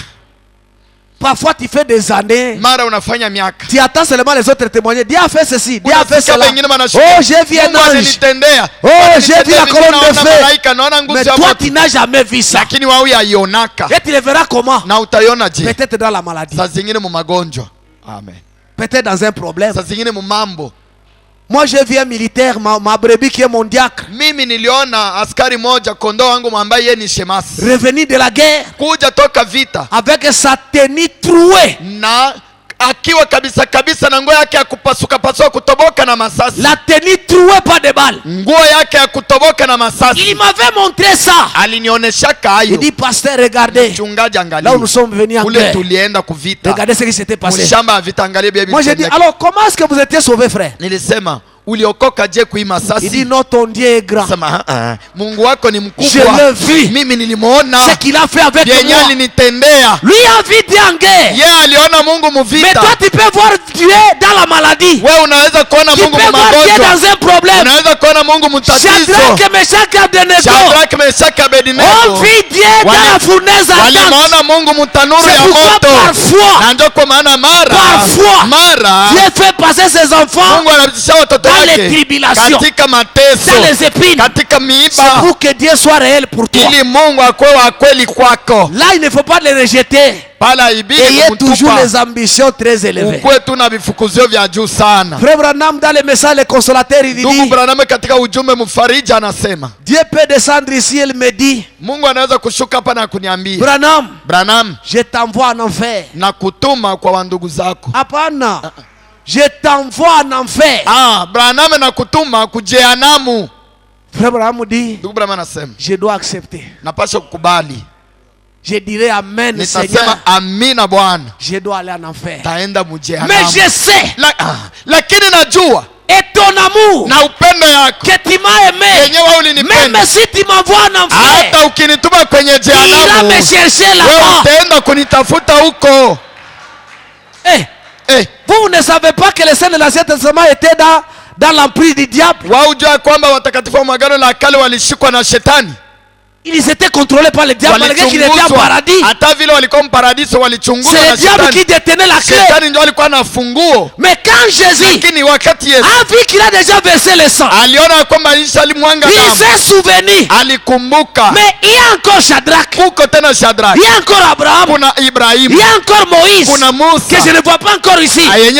Ils sont sous l'emprise du diable. Il a accepté d'aller jusque dans les séjours de mort pour aller libérer les captifs. Notre Dieu nous aime beaucoup. Il est la vraie mère règle. C'est pourquoi quand tu vois dans ta vie quelque chose qui ne va pas, ne dites pas que tu es maudit par Dieu. Continue toujours à espérer en Dieu. Il sera réel devant toi un jour parce qu'il nous aime. Est-ce que vous pensez que Dieu peut nous envoyer le message? Le message que Dieu nous a envoyé, c'est un message sorti du cœur de Dieu et destiné à un peuple que Dieu avait choisi. Et ce peuple-là, c'est toi. Tu embrasses le message. Est-ce que Dieu peut te rejeter? Il ne peut pas te rejeter. Moi je suis certain que Dieu ne peut pas me rejeter. Dieu est très grand. Même dans les petites choses. Que Dieu vous bénisse richement. Voilà l'aigle qui poursuit ses ambitions. Les ambitions de l'aigle. Et que l'aigle ne veut pas que ses enfants s'accommodent au nid. Comme toi. Dieu ne veut pas que tu t'accommodes au message. Parce qu'il y a ceux-là qui s'accommodent déjà au message. On avait un frère à Kindu qui est déjà en Kinshasa. Le jour de la prédication, lui était à côté de l'église. Il pose seulement la question: qui va prêcher aujourd'hui? Non, le pasteur. Il prêche sur quoi? Reconnaître votre... Nous connaissons tout ça, frère. Je ne peux pas aller à l'église. Je reste d'abord ici. J'attends d'abord pendant qu'on va prêcher notre sujet. Celui-là s'accommode au message. Moi j'aime la foi qui est dans mon père, pasteur Amis. Un jour il me dit: comme tu me vois ici, même un enfant qui vient de commencer à prêcher son premier sermon, c'est vrai, je ne peux pas le négliger. Parce que quand il va parler, si réellement Dieu est avec lui, il va dire même un mot qui va m'édifier moi. C'est pourquoi on ne peut pas s'accommoder à la prédication. Il va prêcher en quelle langue? En Kiswahili.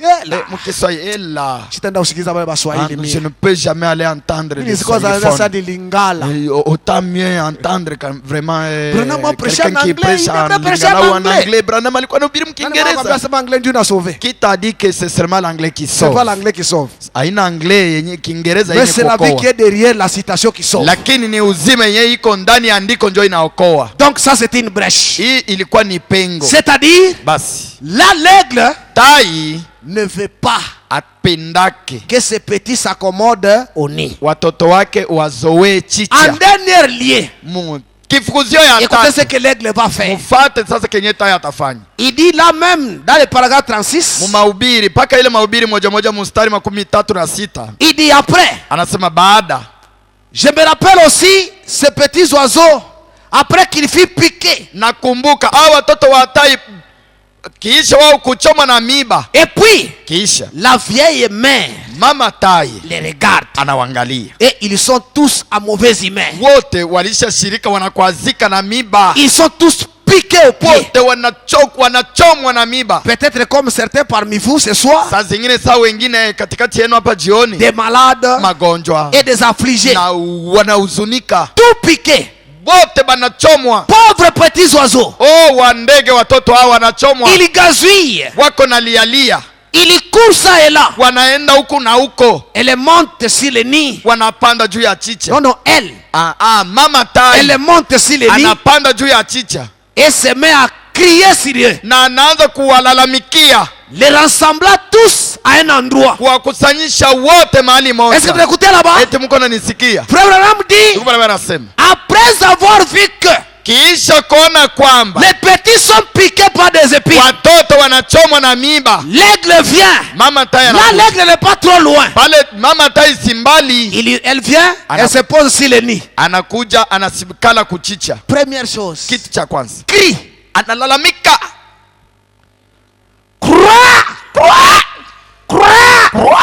Vous savez pourquoi? Najua jua nini? Frère Abraham dit, l'aigle est en train d'apprendre à ses petits son langage. Mama tai eko nafundisha watoto wake usemi wake, lugha yake. Ils vont quitter maintenant là-bas. Wani wanapenda kutoka pale. Avant de quitter, kabla ya kutoka, il faut leur apprendre son langage. Inabidi kuwafundisha lugha yake.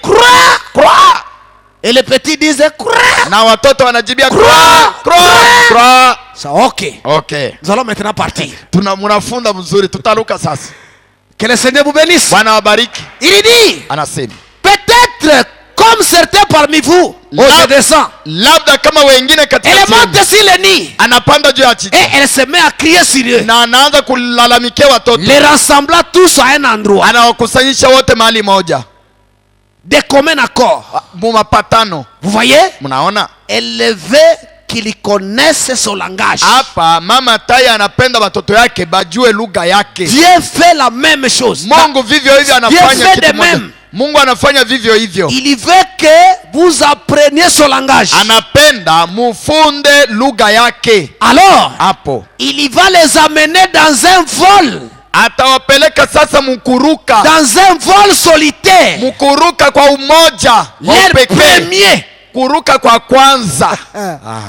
Amen, amen. Amina. Il va les amener dans un vol solitaire. Mama tai atawarukisha kuruka kwa kwanza. Pour leur première fois. Mara yabo ya kwanza. C'est-à-dire, ni kusema, ils n'étaient pas sur la terre. Abakuwa duniani. Ils étaient sur la montagne. Balikuwa juu ya mlima. Sur les rochers. Juu ya mwamba. Quand la mère aigle vient, mama tai anapokuja, elle crie, analia, avec un objectif, na kifukuzio. Elle va les faire quitter de là. Atawatosha pale. Pas pour les faire descendre. Hapana, hapana sema washushe mbonde. Mais pour les faire encore monter davantage. Lakini awapandishe zaidi. Dépasser ces liens-là. Bapite yulu sana. C'est pourquoi frère me dit, plus haut. Plus haut, plus haut. Kwa maana ndugu bwana anasema, juu sana na zaidi juu sana. Le chrétien ne descend pas. Mkristo asisiki yake vile. Il doit aller de là-bas. Anapaswa kwenda juu sana. C'est pourquoi il dit, anasema, alors la vieille mère aigle, hapo mama tai, elle se lève là. Anasimama pale. Elle se pose sur le nid. Anasimamia kuchicha. Et lâche un cri. Na analalamika. Et crie à son tour. Na wao tena watoto wanalalamika pia. Jusqu'à ce qu'il arrive à parler son langage. Hadi pale watoto watafikia mkusema lugha ya mama. Frère Abraham dit, j'aime ça. Ndugu bwana anasema napenda hiyo. Alors, une fois qu'elle les a tous rassemblés, mara mama tai kuwakusanyisha wote. Là, pale elle déploie ses immenses ailes. Ananyoosha mabawa zake mrefu. Oh là là. Lo jamani, lo. Oh. Il la regarde et disent. Anawaangalia na kusema. Wanamwangalia na wanasema. Watoto wanamwangalia na kusema. Mama. On ne savait point que tu étais si grande. Atakuwa najua sema njoo hivi wewe ulikuwa mnene kabambi. Parce que là frère Abraham a découpé la citation. Kwani pale ndugu Abraham anakata.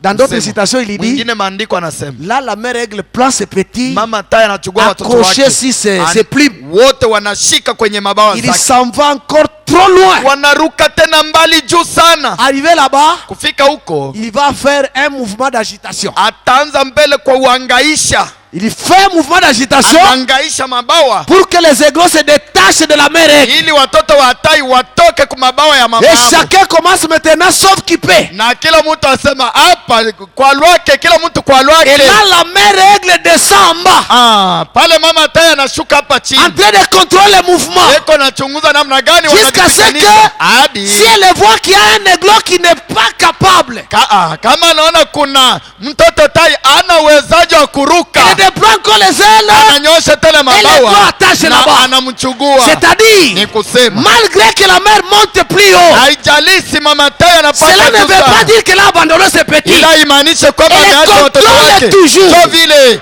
anawachunguza.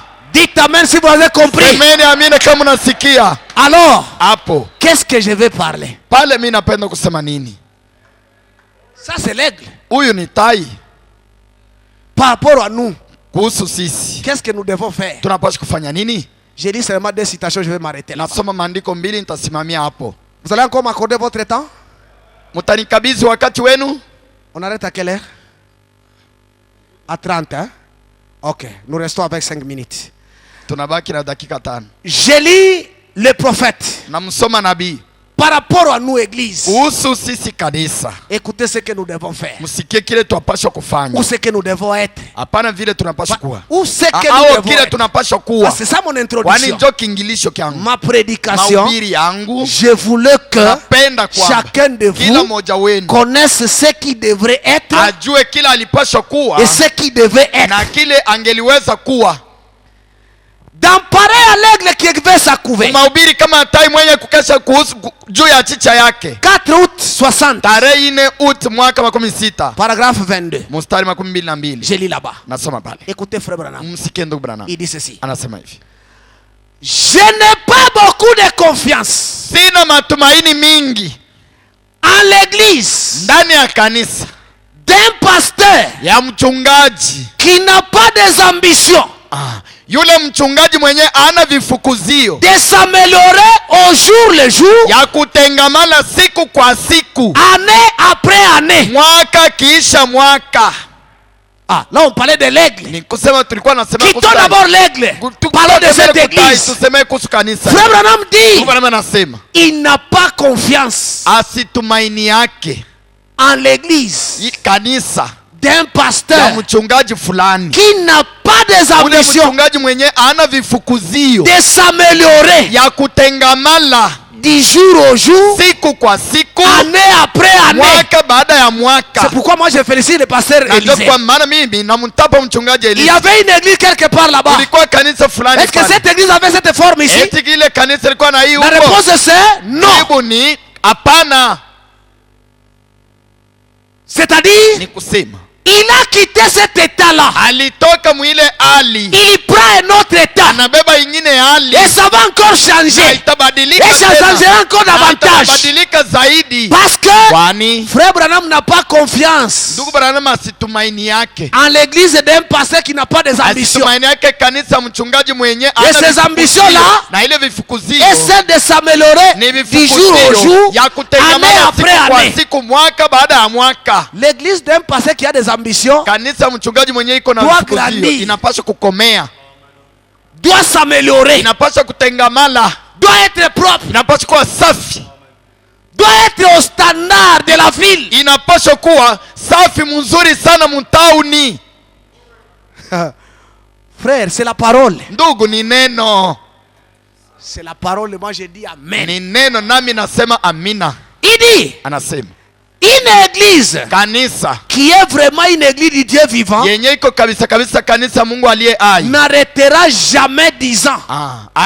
haitasimamia mkusema kwamba. Écoutez autre chose. Musiki Eh bien, vema.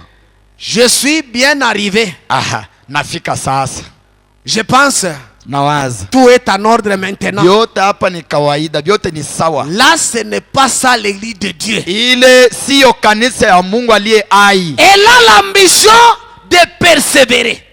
Kanisa ya Mungu ya hiyo hai iko na vifukuzio ya kudumu. Eh bien, Vema. J'ai déjà fait ma part. Nishafanya sehemu yangu. J'ai amené un pécheur cette année. Si nishaleta mtenda dhambi moja hii mwaka na il a été sauvé. Yeye aliokoka. Frère, ndiyo ndugu, ce n'est pas l'ambition de l'église de Dieu. Haina kifukuzio ya kanisa Mungu. Si Nana amené un, kama wewe ulileta moja, il amènerait un autre. Ataleta mwingine. Un autre. Mwingine. Un autre. Na mwingine. Un autre. Na mwingine. Il n'y a pas de fin à cela. Jo vile hakuna mwisho kuile. Amen. Semeni amina.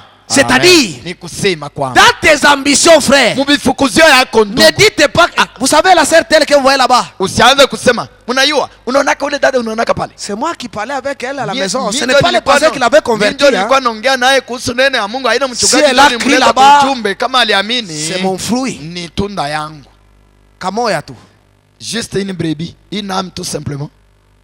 Et quand toi tu viens à l'église, na wakati wewe unakuja kanisa, tu as seulement l'ambition de sauver ton âme. Uko paka napenda wewe mwenyewe uokoke. Le voisin à côté de toi là-bas n'est pas encore sauvé. Jirani wako hajaokoka bado. Tes ambitions vifukuzio yako, dois penser au salut de ton voisin. Inapaswa kuwazia yako uokovu ya barafiki au bajirani. Vous croyez ça? Eti mnaamini? Frère Branham dit, quand on vient adorer, unapokuja kuabudu, il faut amener les autres. Inabidi kuleta wengine. S'ils ne veulent pas, kama wapendi, obligez-les, uwashurtishe, contraignez-les, uwashurtishe waje, forcez-les à venir, uwakaze waje hapa. C'est une citation que moi je ne peux pas améliorer, non. Ni andiko yenyewe mimi siweze kuipakana sema nitengeneze hivi. Tu peux forcer quelqu'un à venir adorer. Unaweza kukazisha mtu, kumsubutisha aje abudu. Tu peux l'obliger. Unaweza kumshurutisha. Tu peux le contraindre. Unaweza kumkaza. Toi tu ne viens que seul, hein? Wewe uko paka wewe peke. Tu quittes la maison, tu viens. Unatoka kunyumba peke yako unakuja. Kunyumba unatoka peke yako unakuja. Alors tu ne sais pas que tu as la charge de sauver aussi ton voisin. Na japo hujua sema uko na uzito wa kokoa jirani wako. Si cette église a des ambitions, kama hii kanisa iko na mifukuzio. Quand nous venons ici, je vois encore les bancs vides là-bas. Niko nakuja mimi naona mimbali. Ici, iko wazi. Ici il n'y a même pas de chaises là-bas. Dari hapa kuko wazi, kwingine hakuna tabiti. Nous avons encore une place où mettre encore les gens. Tukingali nafasi ya kuweka watu. Vous savez, mnajua l'évangile, l'évangile c'est une maladie contagieuse. Injili ni magonjwa ya kuambukiziana. La conversion aussi c'est une maladie contagieuse. Kugeuka au kuamini ni magonjwa ya kuambukiziana. Je n'ai plus le temps de vous dire ça. Sina wakati wa kuambia tena hii. Quand frère Branham parle, ndugu Branham anaposema comment est-ce que Jésus était baptisé par Jean? Namna gani Yesu alibatizwa na Yohana? Il a trouvé Jean avec des disciples. Alikuta Yohana na wanafunzi wawili. Mais de ces deux disciples là, lakini tokea wale wanafunzi wawili, il y a eu d'autres qui sont venus. Kulikuwa wengine walikuja. Ce n'est pas Jésus qui est allé les chercher. Ni Yesu alikwenda kuwatafuta. Mais c'est eux-mêmes les disciples. Lakini ni wafuasi. Il vient, il attend. Anakuja na il est convaincu. Il retourne. Anarudi. Il prend quelqu'un d'autre. Il amène là-bas. Anamleta. Jésus a discerné Nathanaël. Yesu alitambua Nathanaeli. Est-ce que c'est lui qui l'a appelé? Ni yeye ndo alimuitaka. Non, c'est Philippe qui est parti appeler Nathanaël.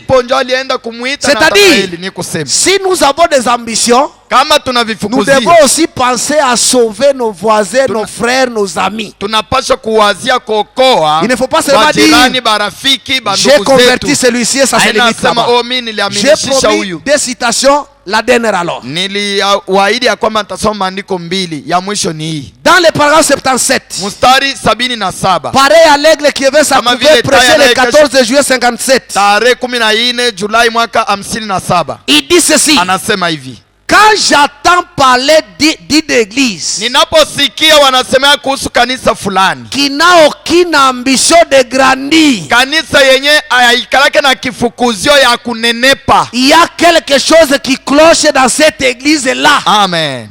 Kuna kendeki ndani ya ile kanisa. L'église du Dieu vivant, kanisa ya Mungu alio hai, a des ambitions élevées. Inaekalaka kila siku na vifukuzio ya vitu vinene, vitu vya juu. Nous irons maintenant à la maison avec ça. Tutwende kunyumba na hii. Frère Branham dit, Branham anasema, quand j'entends parler d'une église ninaposikia wanasema kuhusu kanisa qui n'a pas d'ambition de grandir, kanisa yenye itamani yake kunenepa, il y a quelque chose qui cloche dans cette église. L'église du Dieu vivant doit avoir des ambitions de grandir.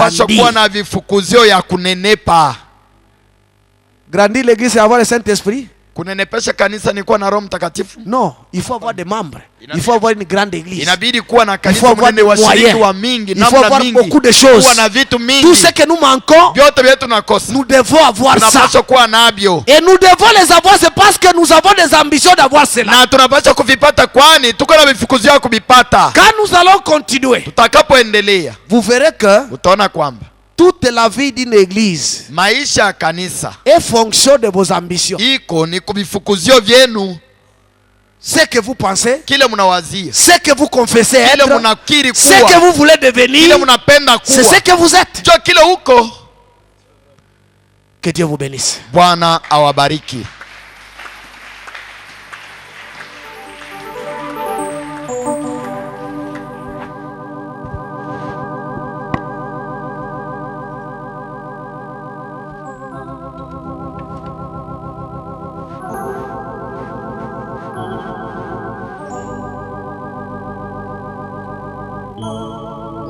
Nous allons nous tenir debout. Tasimama wima.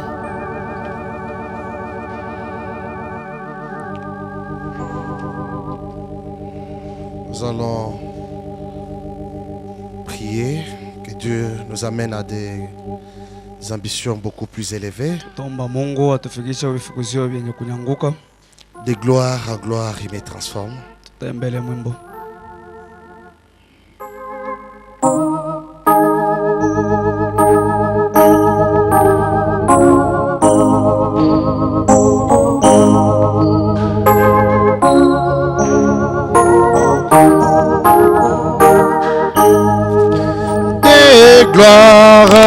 Des gloires en gloire, il me transforme.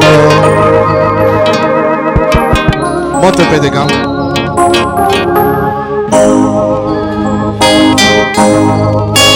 À sa ressemblance dans son image parfaite, l'amour de Dieu révèle